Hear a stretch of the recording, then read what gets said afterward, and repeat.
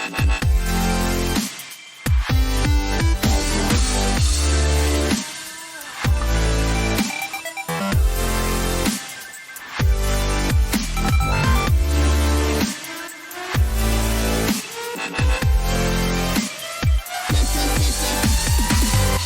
then, ladies and gents, boys and girls, so welcome to an emergency podcast. Obviously had to be done with the Ashes just literally finishing. We're recording this like an hour after it finished, I think, roughly, give or take. We're going to talk a little bit about the Ashes, obviously. I'm pretty sure we're going to talk a little bit about Brody, and then we've got some pretty big news, I believe, from Aidan about the Content Cup for next year. So, boys, let's start talking about the Ashes then. Amazing. Go on, Aidan. Amazing. 2-2. It definitely shows we would have won it if the bloody rain had stayed away. We would have had him. There's a lot of things that could have happened, but to be fair, you said on our podcast before the Ashes started that the rain is going to affect this podcast, and it did. Yeah. And I said it wouldn't. There's no chance. It's going to be a hot summer. It's going to be blinding. So, yeah. I did. That's one thing I got right. I got the score completely wrong. I did say there was going to be some weather affected test. I got the score right. I got the score right, just the wrong way around, the wrong team. I definitely got the score wrong. Fairy tale ending, wasn't it, for Brody? Yeah. I was very somebody worried. Said I missed it, but somebody said he turned the bails round as well before one of the. Mate, it was unbelievable.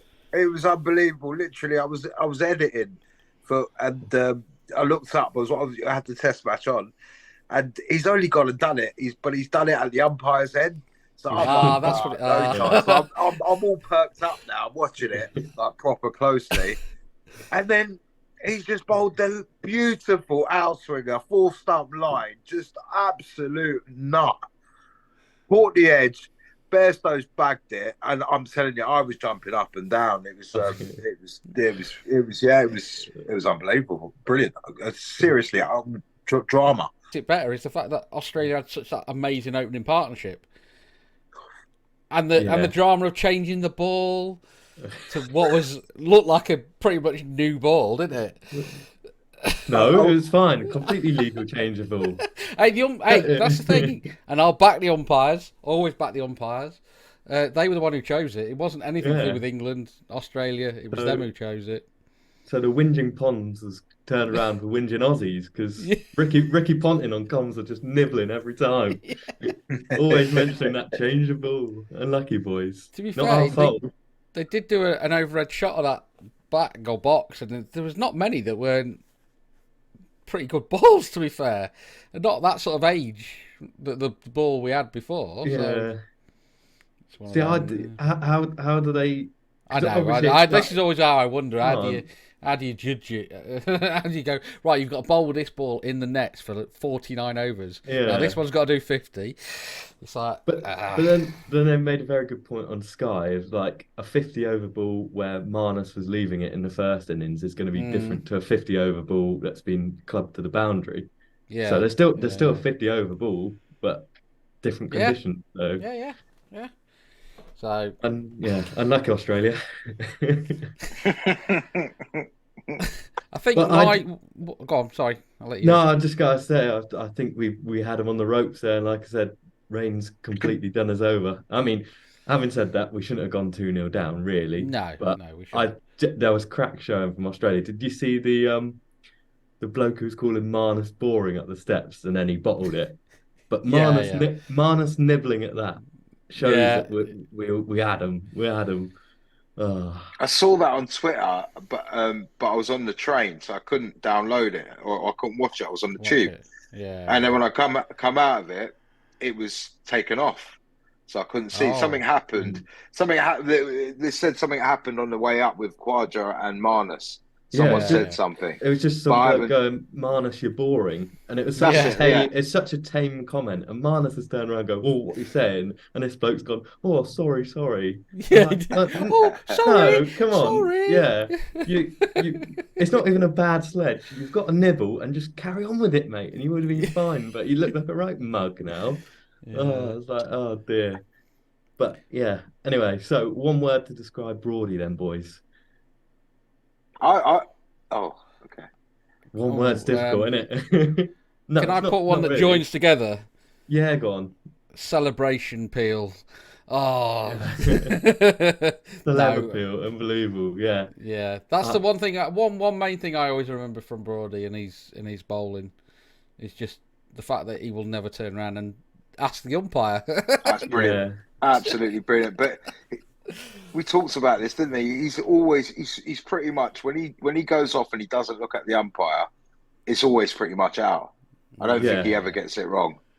But yeah, it is cocky, but unbelievable, isn't he? I mean, so I can't describe Brody from in one word. I think about it, but I remember him from when he started, and then I remember his old man, Chris Broad, from when he batted back in the day. Obviously, vague memories. So when he came on, his kid, I can remember his dad being the opening bat for England, and he was a very young kid, and I thought he's got sorted because his dad plays for England. He's coming in. All right, let's see how he's going to get on. And then he bowled all right, didn't he? He came on in the T20s. I think it was for his county, and then he bowled decent. And then I don't know, it was a couple of years later, wasn't it? And he went for 6 sixes, didn't he? He got smashed for 6 sixes, and then I think he stopped playing T20 after that. And then he's just rebuilt himself from that to this immense, do you know what I mean? A form of a bowler. How many wickets he bags, and he just looks like he's coming on and he's bagging wickets. He's the one retiring. Funny he's synonymous for them spells, though, isn't he? He was always synonymous for that building even if it wasn't sometimes always getting as many wickets as like the 8 for 15 but he did take clumps of wickets at times, and he built the crowd up, especially the end of this test. He was building that pressure, and he was putting it on the line, and it was left-handers. It had to be a left-hander as well that he got out as well. The way he bowled to David Warner all these times, and back what has he got? Did he get him 17? Was it 17 times? Something like that. 16, 17, yeah. Something like that. He just built up that. Yeah, he always like whipping the crowd up, and he feeds off it, doesn't he? Or feeded off it. He's not now. I think that's what he learnt to do, was be an entertainer as well as a cricketer. And when he started playing like that and really enjoying his cricket and going for it, I mean, he's just the last 8-9 years of Broady have been amazing, haven't they? The talismanic, I don't know if that's a word, but he's had some serious performances, isn't he? And then when he's put the headband on, that's brilliant. And he talks about it today. When he took it off, he didn't get any wickets, so he put it back on, and he was just like, he's probably got his what do they call it? His split personality or whatever comes out in a bowler. Right, here we go, let's go. I think Delisle did the same sort of thing back in the day. With a headband, but I think that's probably the only good thing that COVID gave us was Stuart Broad in a headband, because that's where he started. It's the only positive I can think of.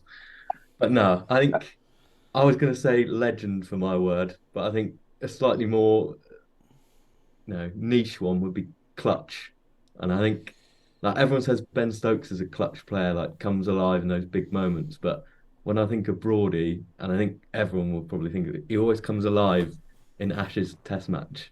Like, we needed the 2 wickets at the end of the day, and who are you going to turn to? Stuart Broad, and he always seemed to come up with those big moments. And he's a match winner, isn't he? Yeah, I think it's like I heard the news, so I was playing on Saturday, and I think it was announced that evening, wasn't it? And just like the kind of disbelief that. I would have thought Jimmy would have retired first, to be honest, just because. Yeah, I think a lot of people would have done because of his age. The age, obviously, not performing great in this series, which is such a shame. But it would feel I would almost see Jimmy as going all right away from that limelight. I think Broady's done it exactly how everyone would expect him to do it. Last Test match of the summer, really big occasion, have the fanfare, and he'd live up to it. But I generally feel it was like you felt sad, like you're not going to see this greatness again. We've been so used to it. It's probably one of the first ones where I've grown up with the person throughout, you know, my cricketing experience. So I started watching in like 2009. So obviously Jimmy and Broadie have just been that constant, and it feels like, oh, that's not going to be around anymore. You just thought it was going to go on forever. Yeah. Well, I remember when Broadie came, he was a one-day bowler, and everybody thought he was just going to be a one-day bowler, and then he got into the Test side, and then he's obviously he got smacked around a bit during some of them one-day and T20. Obviously, you forget he's a World Cup winner with the T20 side, isn't he? Oh yeah. People seem to forget that as well.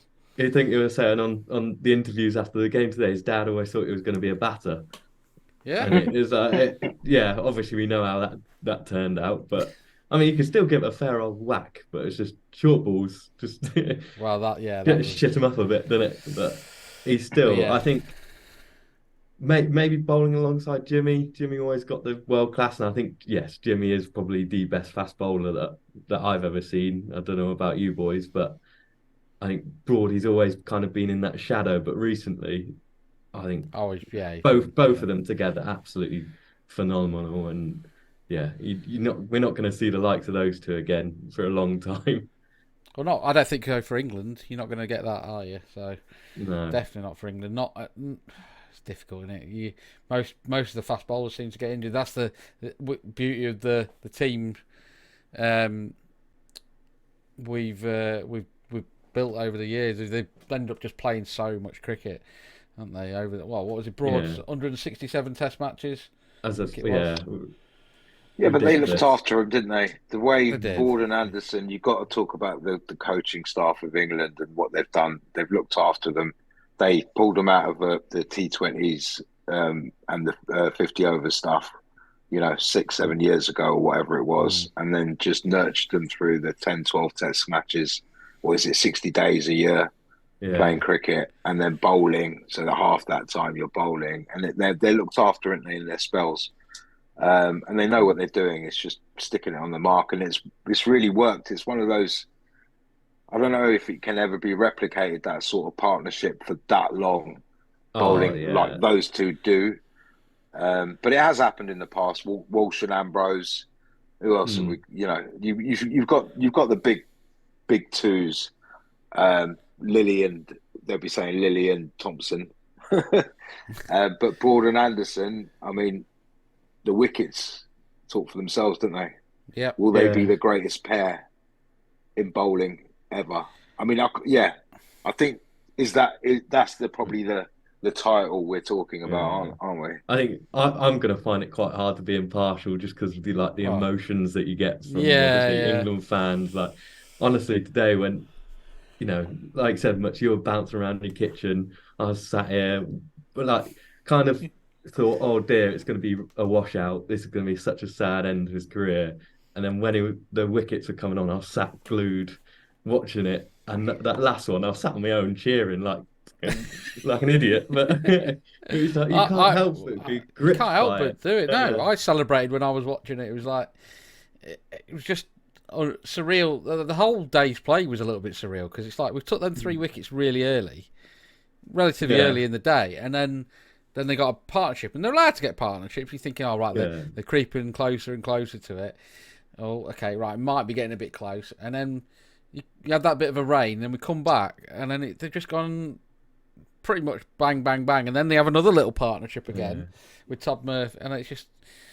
Yeah. Well, I think I put a tweet out quite early in the day thinking, oh dear, they're going to get them. And then... I saw that. I didn't like it. Didn't want to jinx it. But I think it was just around the time that Stokes had fumbled that one that was obviously, it was gloved by Smith, and you don't see Stokesy doing that. And I thought, that's just one of those signs where it's not going to be your day. And it's just like, Stokesy just believed that he would do anything, and it was such a simple mistake. And then he reviewed it for some reason. I don't know why. Did he hold it for long enough? It was But his reaction, because you've done a TikTok, haven't you, John? I have done a TikTok, even Stokesy, the look on his face, he knew he hadn't caught it.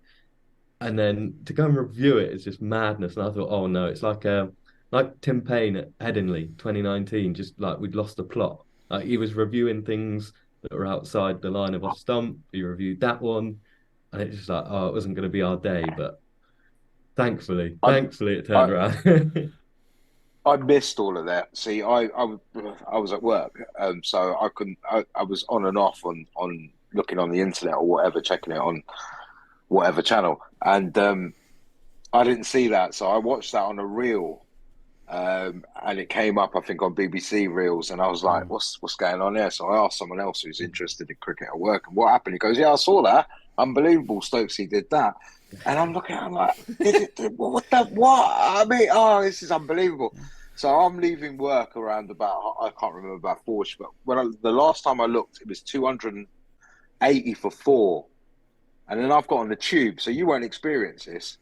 So I'm blacked out. I don't know what's going on for 40 minutes. And then I'm thinking, okay, the game's pretty much done here. Nothing's going to happen. There's 6 or 7 wickets needed.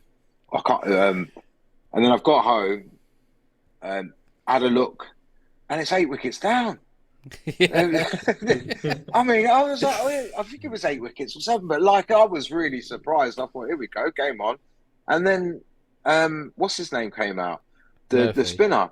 Yeah, and he started hitting the ball, didn't he?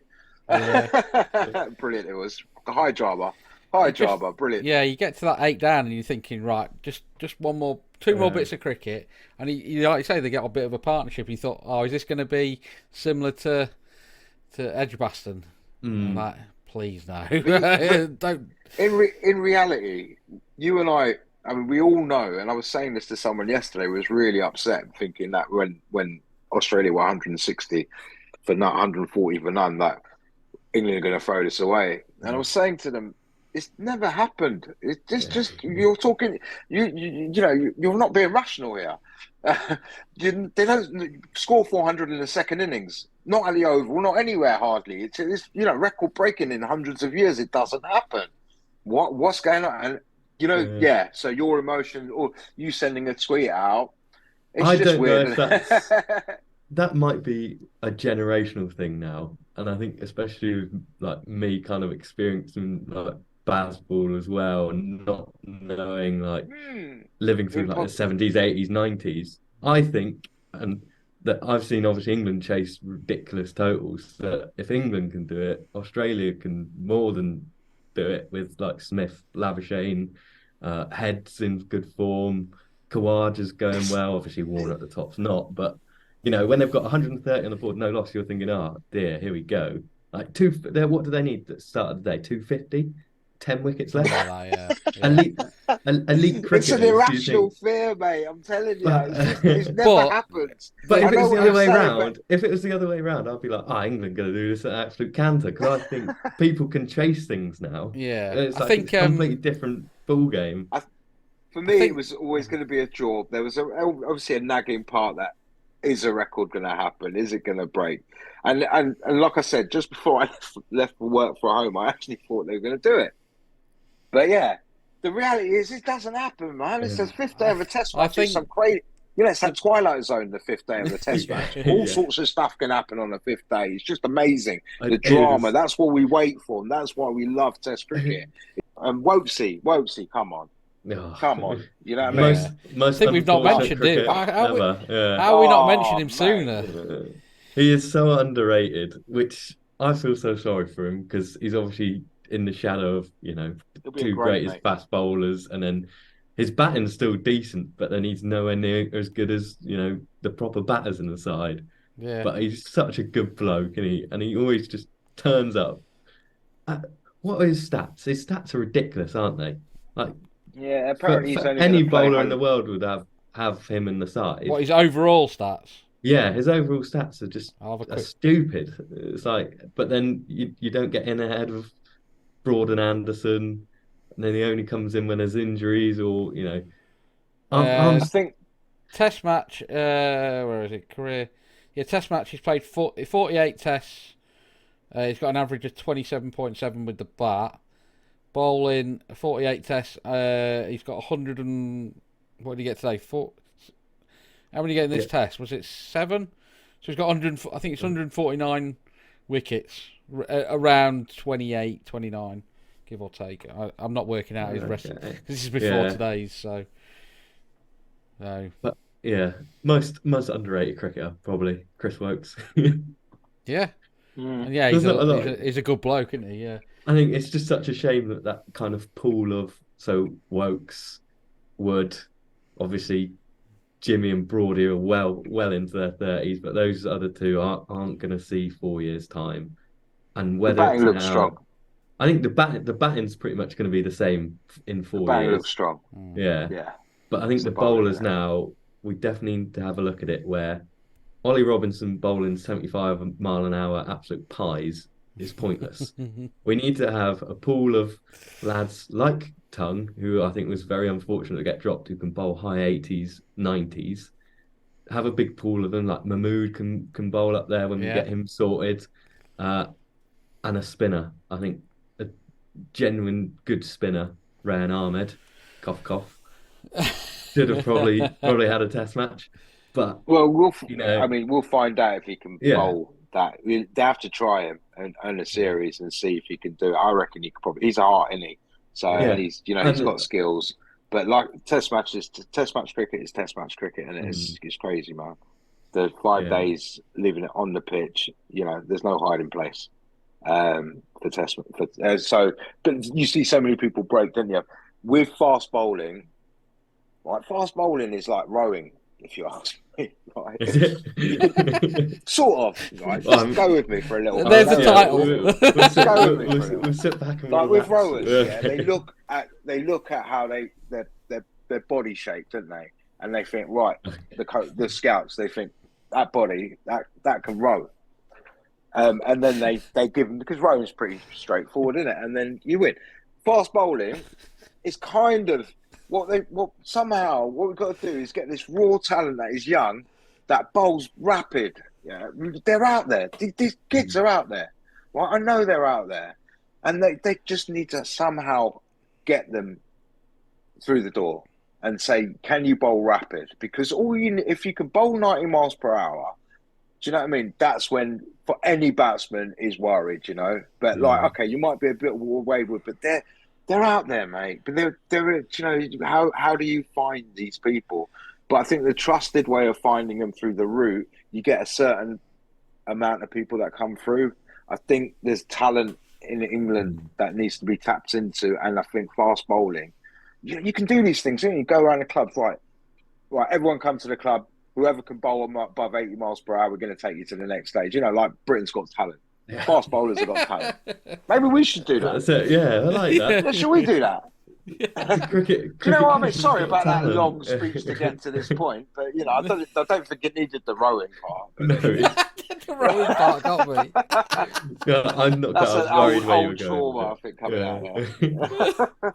So overall, I was just going to say it's been an amazing series. But I think we've got even more amazing news to go for, because I think we'll move on from the Ashes cricket and talk a little bit about the Content Cup that we're going to arrange for next year. So I'm excited as well. So I think Aidan's got more the news than us, me and Mutz. But go on, Aidan. We don't really know anything. We've got little bits of.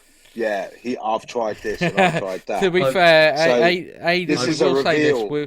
He's done some amazing work and talking to a lot of people. So, and we've had a lot of interest, haven't we? So, yeah, I mean, I tease little bits in our WhatsApp group, and I wanted to, there's been some big developments in the last week or so. I think we announced it last week, and the input from everyone and the interest has been incredible.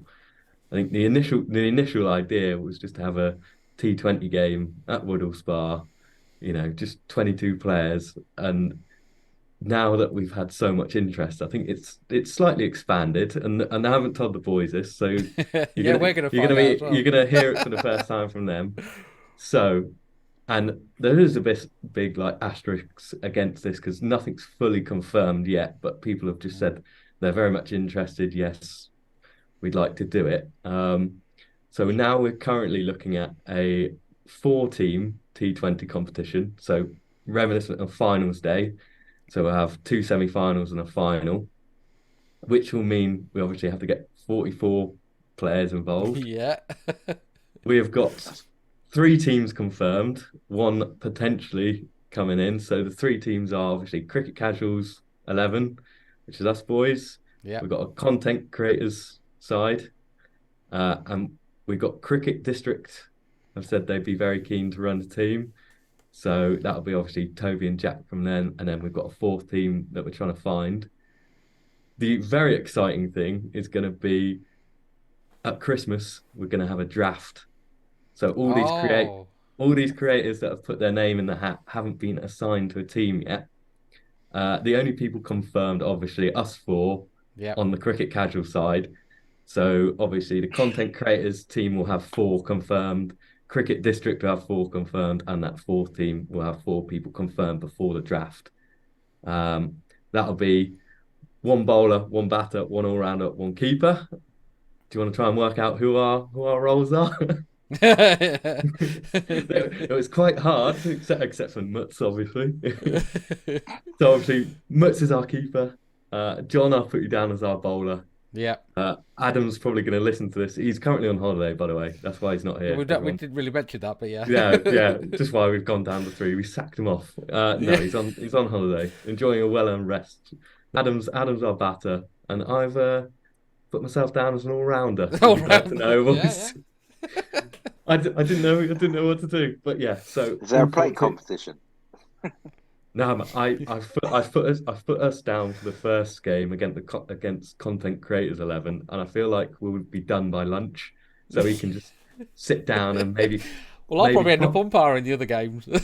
I was gonna say that. It was like, yes, if we get knocked out early, yes, we'll probably be umpiring the other games. But the other exciting news, so obviously that draft we're hoping is going to be around Christmas to sort it out. Yep. We have got an auctioneer and a commentator. Some of you might have heard of Georgie Heath. Yeah. Women's commentary, yeah. And she commentates from the BBC. I think she's down as a freelancer, but we've got her in, and she's quite happy to do punditry, commentary on the game, and hosting the auction when we've got that set up. Wow. So yeah, we've got some big names involved. You've been a busy boy. I have been a busy boy because we've also got, I think we've got 8 players, 8 content creators in now, obviously other than us. Mm-hmm. So like I said, we've obviously got Yash, Rob Franks, Cricket Draft, Cricket Plug. We've got Toby and Jack, hopefully from Cricket District. We've got Dan from our Cricket. Cool, yeah. Wow. We've got Cricket is Simple, so Sank. Cricket is Simple. Yeah. He's come in, and the Cricket Kid has also been confirmed. So Jackson's in. So probably a keeper for the content creators 11, I would have thought. How's that sounding to you boys then? So sounds very good. It sounds like it's got a lot of potential. And yeah, looking forward to it. Obviously, especially if we do the draft as well, and then we'll obviously hopefully when we get a bit closer to them we'll probably hopefully try and get. There's a lot more stuff to organise, I know, but yeah, sounding very good. I was gonna say the amount of development that's gone into it over a week. So like I said, it's kind of gone from such a friendly village game. It's gone on to a week, and I think. My mind, hopefully it's going to be something similar to like a soccer aid kind of. So I think we're looking at getting in a charity and a sponsor. So maybe doing, how many runs are scored across a day. That's how many pounds will be sent to this charity, which I think hopefully it turns into kind of like an annual thing where we can help out maybe a runs for research or a funds for runs, something like that. Or another cricket-based charity. That'd be, I think, quite a good way of doing it, giving back to kind of, if people support us, but if you follow us, then there could be a chance that you could play in it as well, which I think could be quite good. 4 slots. I thought that was available. So I thought that was definitely the plan as well to get. Okay, so shall we confirm that now that there might be a little competition to get some of our followers Shall we say? Yeah, they're going to have to pass certain levels. Yeah, we want full stats videos, because we need ringers. If your name is Benjamin Stokes and you're watching this, no, I'm thinking as well. Maybe a Stuart Broad. He's got some more time on his hand. He is available. He is available. Get him in. We love you. Maybe a Jimmy as well by then as well. Yeah, but no in our luck, we'd sign Stuart Broad and then we'd lose out on him in the draft or something. Dan from our cricket poaching him. Yeah. No, it all sounds. Honestly, this the Content Cup is going to be unreal. I'm sure of it. Positive. I think, yeah. I'm just surprised. I think the world of kind of cricket content creators now is got so big and so kind of out there that I'm surprised it hasn't happened before. Obviously, you kind of had a teaser of it from your game last week, John. Yeah, a couple of weeks ago. Yeah. That's sort of, I think that's not. It sparked it a little bit more. It's given it even more because obviously a lot of this was being partly planned before that even happened, but it sparked it a lot more, and it's a lot more people want to get involved and they see it and they, and it's good. Going to be very exciting to kind of get everyone together, like everyone's favorite content creators in one place, and partnerships that haven't been formed before, videos that we haven't been in together, because obviously you're going to have done stuff with Can You Cricket, obviously at Woodall and all the boys that you played with. So, and I think it's going to be feisty as well. I think it's going to be competitive cricket. Don't think this is going to be some friendly kind of, oh yes, great to see you. Bowl some floaters up, but no, it's going to get hit. I think, if I'm being honest, I'm not going to hold back, man. We'll get all mic'd up as well, and well, like you said, the amount of cameras you had at the other game, I think this will surpass it. This would be silly, wouldn't it? But I mean, you should just get decent rigs up, Yeah, I was going to say Sky Sports stuff. If there's anybody out there who is listening, who is like a photographer, videographer, thinks that they can help in any kind of way for this event, we're gonna send us a little DM and we'll try and get you involved. And we're quite happy to give people opportunities if they want to do that. Feel free to join the Discord as well if you want to chat as well. Well, that's always a good way to get hold of one of us as well, because all four of us are in there. As well. And it's good. I mean, the Discord again is just growing every week, isn't it? We've got the Cricket Apprentice in there who's joined now, and that's going to be exciting to see his kind of journey into content creating. And right then, ladies and gents, boys and girls, what an amazing Ashing series it's been. Thank you all for listening to this emergency podcast or watching it on YouTube. Make sure you do hit them like, subscribe, all the buttons you need to press, and let us know who you'd like to see in the Content Cup as well. If any names you've not heard, there are people obviously we are contacting or have contacted us, or should I say us, Aidan. But yeah, make sure you do hit all them buttons. We've got loads of stuff coming in the future, and more podcasts and more cricket and more content. So thank you all for listening, and we'll catch you next time.